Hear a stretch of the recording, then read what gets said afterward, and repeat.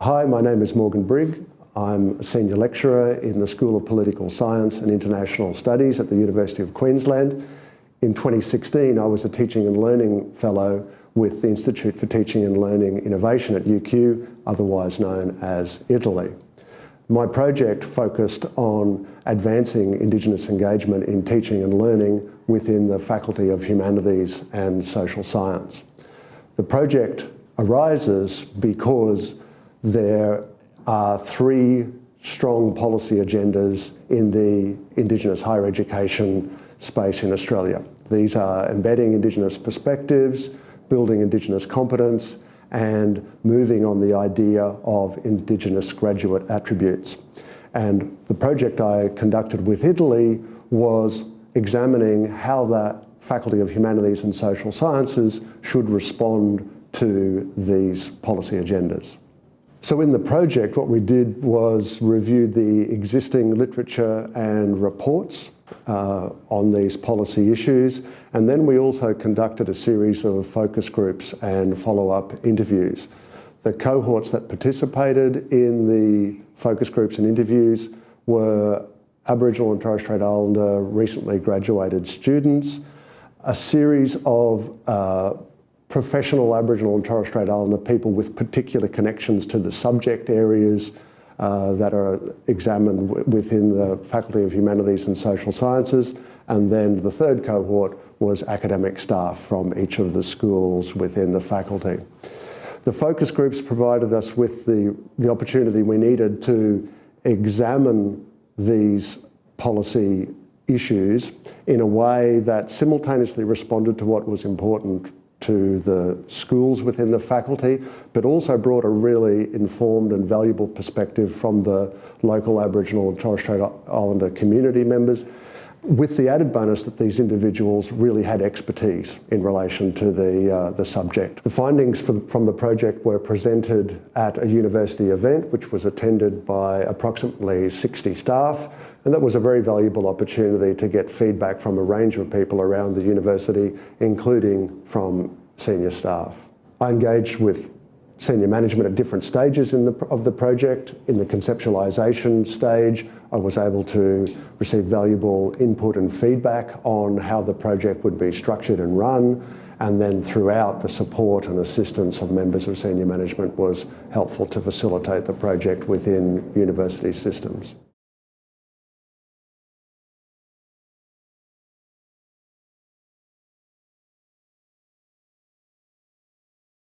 As an Indigenous student, you're the minority. I mean, I was the only Indigenous person in any one of my classes in my entire undergrad. And then to not have any Indigenous content also says something. But when there was Indigenous content, I was looked at consistently to have some sort of answer as well. So it's sort of goes both ways. Well, when the spotlight was on me, and considering how little Indigenous content there were in these creative writing and lit classes, being the minority already, I felt like I had to have answers and was representing all Indigenous peoples, when case specific, my experience and my own personal story is not all encompassing when it comes to Indigenous viewpoints or the way that I express myself as a creative writer. There's a couple of ways that I think would be important. One would be possibly making it mandatory to take on a class that I'm, say, teaching now, which is ABTS 1000, which gives you a very sort of general yet comprehensive view of all the issues that are surrounding Indigenous people, contemporary Indigenous people. Because that information that you're gaining at an early stage of your academic career can be enduring. It means that when you see stuff on the news, you have some sort of opinion. And another way, I think, like I said, is from my background in creative writing and English lit, add more Indigenous content, add more Indigenous books.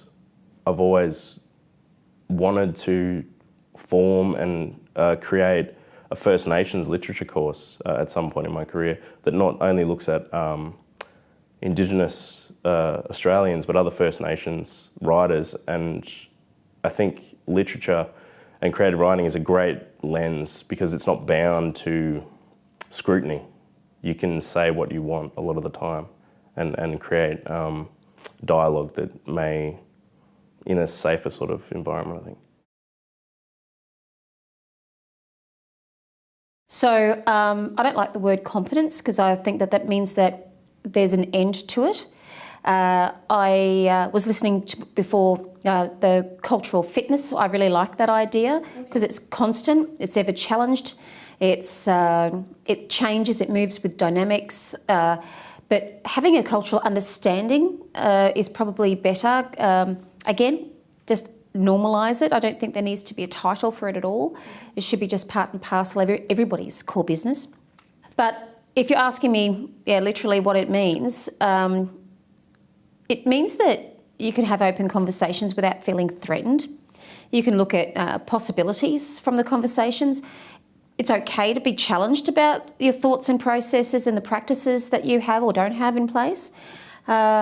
I think that's when you're competent, you can actually take that feedback and understanding that when people say, oh, that's not the right term, or we don't use this, or, maybe we should be talking about invasion or talking about political impacts upon, Aboriginal people, not taking that as an offensive term, not being offended by it, but taking the feedback as what it is a gift to grow your processes. And I think that you can say that you are competent or capable or culturally fit if you can just go, and take that away, have a thought around it, reflect, and then come back and improve, grow your processes.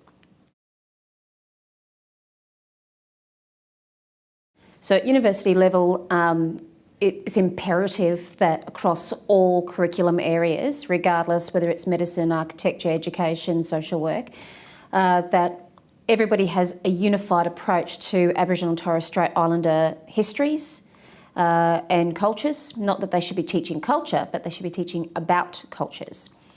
And the reality is that the students and themselves need to continue on a journey of understanding that people have differences and that differences don't divide us, but they unify us, and it needs to be normalised.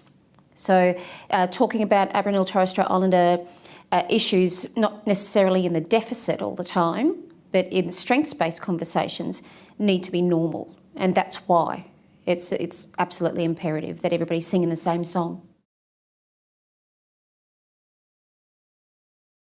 The change is we need to just integrate it across all faculties. Everybody needs to be talking about this. And yes, there needs to be guest speakers in, and yes, there needs to be Aboriginal people speaking about Aboriginal issues and answering questions. But we also need our non-Indigenous counterparts sending the same message out with their subject areas. Yeah. So changes, well, I would say yes, it has to be integrated. That's the change.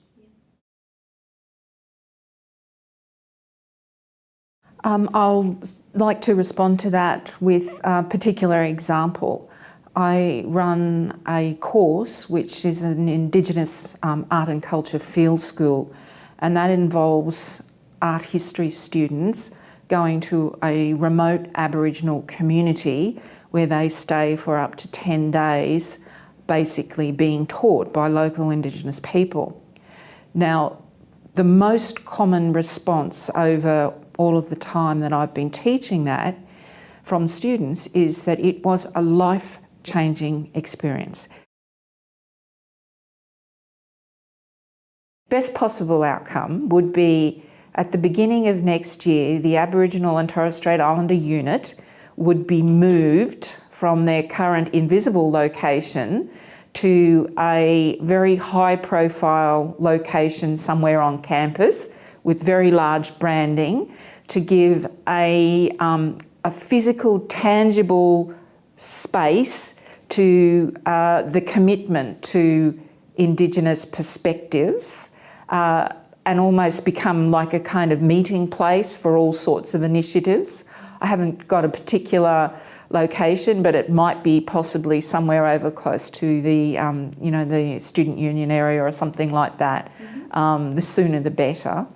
And a commitment very soon for the various stakeholders who are in teaching and learning now, who are already doing a lot of this collaboration, to turn that into formal memorandum of understanding, to work with those communities to get a formal agreement about collaboration and how that happens and who are the contact people and what kind of remuneration may be expected for various tasks and etc. I think that would be a nice tangible way of starting this to become a very kind of real outcome. Well, I think Morgan's project, particularly because of the consultation he's done with a range of stakeholders, has helped us to inform where the gaps are in what we currently do. And one of the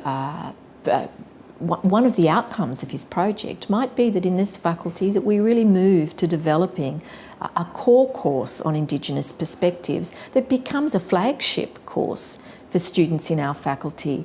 I know that the Executive Dean and I have had many discussions about how we could see this as a real plus for promoting our programs of study here in the HASS faculty, saying that every graduate will have somewhere in their training an experience with Indigenous perspectives that really gives something distinctive to their educational experience at UQ. So that's a very concrete outcome.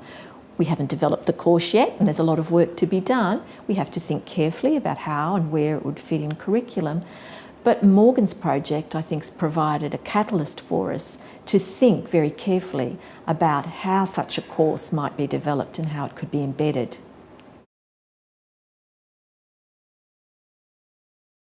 Well, I think Morgan's project builds on some work that has already begun in some other institutions, but more broadly across the sector, in thinking about the way we can engage in a much more systematic and active way with Indigenous perspectives and with Indigenous peoples, both as students within our tertiary education sector, but also with the kinship and the broader community, Indigenous community. So I think Morgan's project, if we can develop some examples of strong engagement with the Indigenous community, some strong examples of changes that are made as a consequence of that engagement to the way we operate as an institution, to the models we use for making Indigenous people feel welcome and valued in our institution, then those kind of initiatives can help pave the way for broader policy development that hopefully will shape changes not just at UQ but in institutions elsewhere.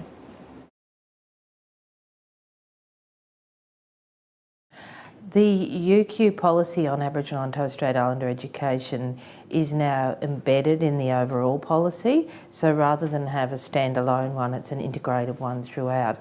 And we have very particular objectives in relation to learning, discovery and engagement. And I think that that approach is consistent with where we should be, that we are giving due consideration in every one of our objectives to what should and could be achieved in Aboriginal and Torres Strait Islander outcomes. So we've worked very hard to get that integrated overall approach. We value equity and diversity as an institution. We also have as one of our core objectives in the engagement area that we will develop a culturally competent organisation and ensure that we are. So we recognise within that our commitment to Aboriginal and Torres Strait Islander peoples. They are the first peoples of this country and the oldest living culture on earth. So it is a really important contribution that Aboriginal and Torres Strait Islander people make to this university and to the culture of the organisation, and we want to share that with the rest of the institution. It's also very important if we're trying to increase our participation by Indigenous students and support them through to research higher degrees and employment here, that we have a culturally competent organisation that understands Indigenous issues. So there are multiple reasons why it's an important issue.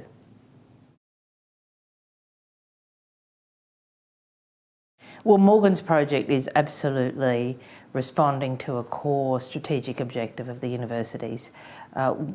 Through my office, the office of the PVCIE, we're working with faculties and institutes to look at how they can embed Indigenous perspectives in curricula.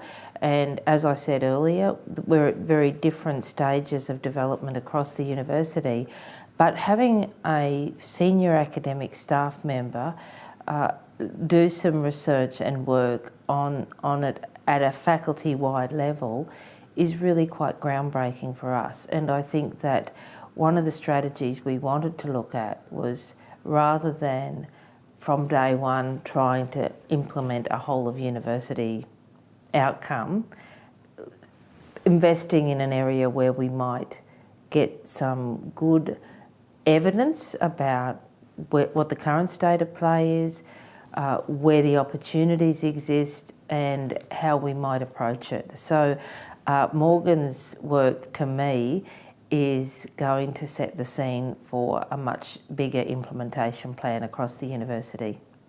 The findings from the project are available on the Italy website, and the report that's available there includes quite a lot of detail about the process that was used to research these issues, and also a full account of the recommendations that were developed. The key findings of the project include the importance of developing and maintaining really strong relationships with local Aboriginal and Torres Strait Islander people, and also a foregrounding substance and quality in everything that we do. The key substantive recommendation about the way forward is that participants saw a lot of value in working to develop an Indigenous graduate attribute in the Faculty of Humanities and Social Sciences. And in doing that work and other work within the faculty, people identified it as being crucially important that we draw upon Aboriginal principles and ways of operating. The final report of the project is available on the Italy website, and I'd be more than happy to hear from anyone who wants to ask further questions or to collaborate in some way on this kind of work. My contact details are available on the Italy website also. Thank you for taking the time to watch this video and learn a little about my Italy project.